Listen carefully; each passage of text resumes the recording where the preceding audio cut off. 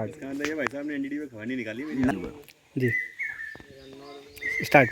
नमस्कार। जैसा हम जानते हैं कि आज हम खोखरी के मठ पर मौजूद हैं। हमारे साथ में हैं प्रमोद भार्गव जी, जो पुरातत्वविद भी हैं, साहित्यकार भी हैं, पत्रकार भी हैं।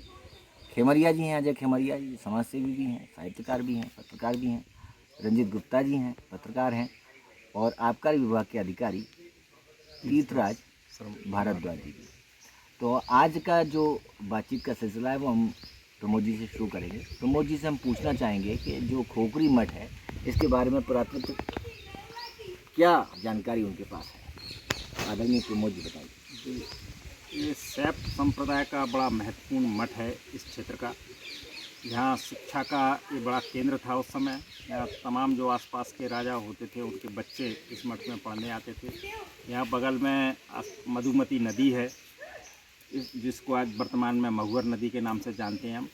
इस मठ का जो संबंध है वो मुरैना ज़िले में जो ककन मठ है उससे है। और ऐसी ऐतिहासिक प्रमाण है कि जो मधुमती थी यहाँ की लड़की, उसका जो ककन मठ से राजा का लड़का में शिक्षा अध्ययन के लिए आया था, उन दोनों में प्रेम हुआ और फिर वहाँ जाके ककन मठ मंदिर का वो निर्माण हुआ। वो उसने अपने प्रेम का की स्मृति मनाया, जो मंदिर आज भी पुरातात्विक दृष्टि से अत्यंत महत्वपूर्ण है।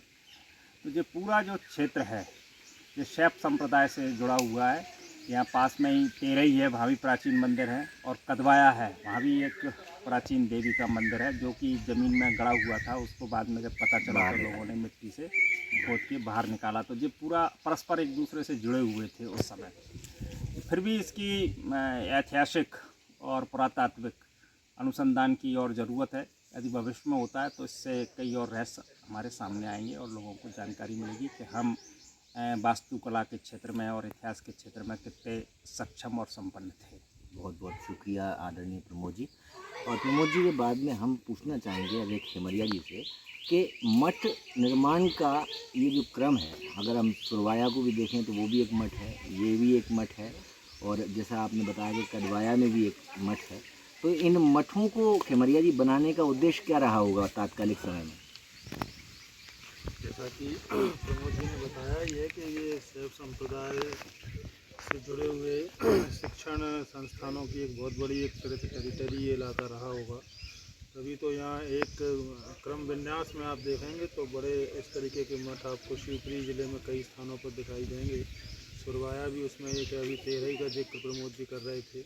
और इसका एक कोरिलेशन संसदनुमा जो मठ बनाया गया है मुरैना के अंदर, उसके ककन मठ के साथ भी है। तो ये पूरा का पूरा इलाका शैव मत जो है उसका एक बहुत बड़ा अध्ययन केंद्र शिक्षण के नज़रिए से ये इलाका 9वीं और 10वीं शताब्दी में रहा होगा, जैसा कि भार्गव साहब ने बताया है। इस संबंध में सिर्फ इतना सा कहना था कि जिस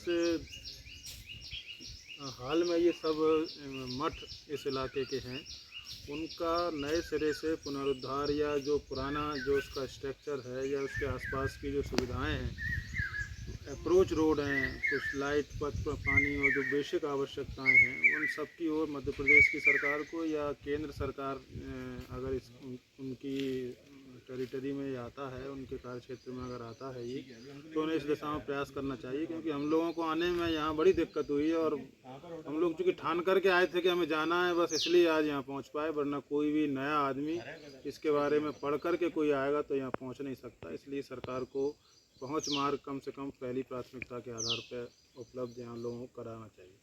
बहुत धन्यवाद खेमरिया जी, बिल्कुल सटीक बात करी आपने।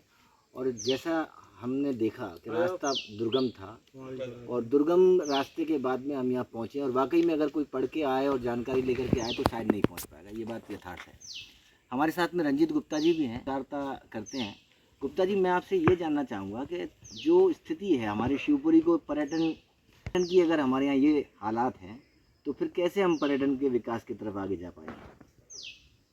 मैं बताना चाहूँगा कि अभी हमने तात्या टोपे संग्रहालय का भी कवरेज किया था, तो वहाँ भी बदतर स्थिति थी। इसलिए केंद्रीय और राज्य के पुरातत्व विभाग को इस मामले में जो शिवपुरी जिले से जुड़े हुए पुरातत्व प्राचीन स्तंभ हैं, प्राचीन स्थल हैं, और उनके जीर्णोद्धार के लिए काम करना चाहिए, खासकर जो खोखई मठ और सुरवाया की गढ़ी। इसलिए केंद्रीय पुरातत्व विभाग, राज्य सरकार इस पर विशेष गौर करें। हमारे शिवपुरी के जनप्रतिनिधि हैं, वो इस पर गौर करें तो कम से कम यहाँ के विकास कार्य होंगे। अभी जो रास्ता है, रास्ता तक इतना दुर्गम है कि हम आने में यहाँ पर बहुत 1 घंटा लग गया। तो आम पर्यटक या विदेशी पर्यटक यहाँ क्यों आएगा जब तक रास्ता अच्छा नहीं होगा, लाइट अच्छी नहीं होगी। इसलिए यहाँ पर इन प्राचीन स्थलों के जीर्णोद्धार को लेकर के एक रणनीति बनाने की ज़रूरत है, जिससे यहाँ देशी विदेशी पर्यटक आ सकें और यहाँ इनका विकास हो सके। कि यहाँ पर पर्यटन के विकास को लेकर के अभी बहुत कुछ करना बाकी है। और अगर पर्यटन की हम बात कर रहे हैं तो यहाँ मौजूद पर्यटकों से भी बात करना ज़रूरी है। आज यहाँ पर पर्यटन कर रहे आबकारी विभाग शिवपुरी में पदस्थ तीर्थराज भारद्वाज जी भी हैं। वो संतुष्ट हैं यहाँ की गतिविधियों से, यहाँ के रखरखाव से या नहीं, ये भी बात कर लेना चाहिए।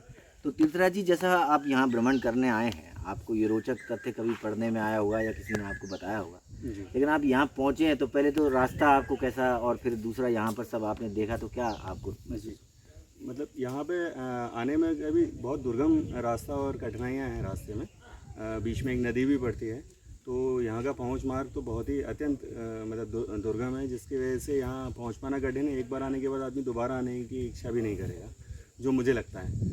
बाकी रख रखाव बहुत ही निम्न स्तर का है, और जो चीज़ें क्षरण हो रहा है उनका कोई मतलब वो नहीं कर रहा है, संरक्षण नहीं हो रहा है। इसलिए मैं ये चाहता हूँ कि ये पुरातत्व सर्वेक्षण विभाग जो है वो इनको इनका मतलब रिपेयरिंग करवाए और इसको सही अवस्था में बनाए रखे जैसे ये है, जिससे लोग यहाँ पर आएँ और पर्यटन को बढ़ावा मिले। तो जैसा आपने तीर्थराज जी से सुना कि यहाँ पर पर्यटन को बढ़ावा देने के लिए अभी और भी बहुत सारे काम करने बाकी हैं। अब मैं आपको एक झलक दिखाता हूँ मठ की तरफ। अगर आप बढ़ेंगे तो आप देखेंगे कि ये पुराना खंडरनुमा इलाका दिखाई देता है, लेकिन दरअसल ये एक शताब्दी, जो 11वीं और 9वीं शताब्दी के बीच की कहानी है, उसमें ये मठ जो है प्रयोगशाला के रूप में या फिर किसी वेदशाला के रूप में या फिर किसी अध्ययनशाला के रूप में यहाँ स्थापित किया गया होगा। और आप इसको पूरे इलाके को देखिए, आप चलकर, मैं कहूँगा कैमरामैन से कि वो दिखाएं इसको, और इसकी जो जर्जर स्थिति है उस पूरी स्थिति को आप देखें कि यहाँ जो पूरी की पूरी निर्माण किया गया है वो किया गया है पूरे पत्थरों से।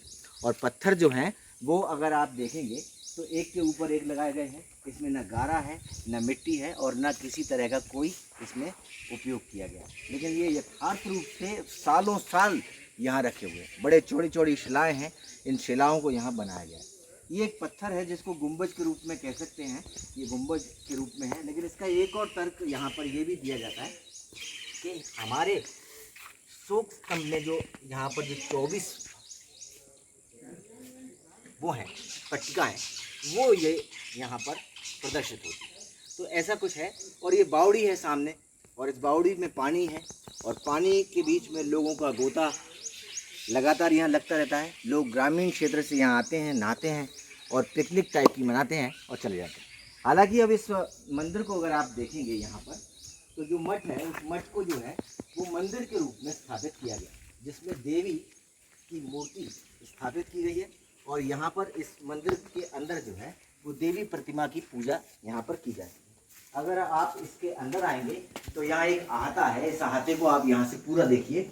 और ये अहाता जो है वो निश्चित तौर पर एक कक्षा के रूप में, एक अध्ययनशाला के रूप में इस्तेमाल किया जाता रहा होगा।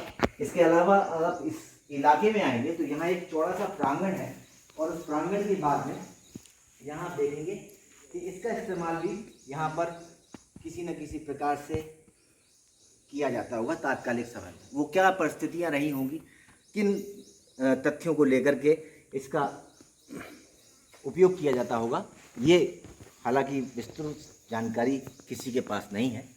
लेकिन जो बताया जाता है कि ये सम्राट अशोक के टाइम का निर्माण है, और ये निर्माण आप देख सकते हैं कि 2 मंजिला और फिर एक तीसरी मंजिल पर एक कमरा यहाँ पर बना हुआ है। बहुत सारी चीज़ें यहाँ यथार्थ हैं, और बहुत सारी चीज़ें हैं जो अपने आप में बोलती हैं, बताती हैं, अपना इतिहास देती हैं। लेकिन जो हमारी जिम्मेदारी है वो है इनको संरक्षित करने की, और हम इनका संरक्षण कब, कैसे और कहाँ तक कर पाए, ये हम ही को पूछना पड़ेगा। आप देखते रहिए netcooknews.com, क्योंकि netcooknews.com पर खबरों का सिलसिला कभी नहीं रुकता।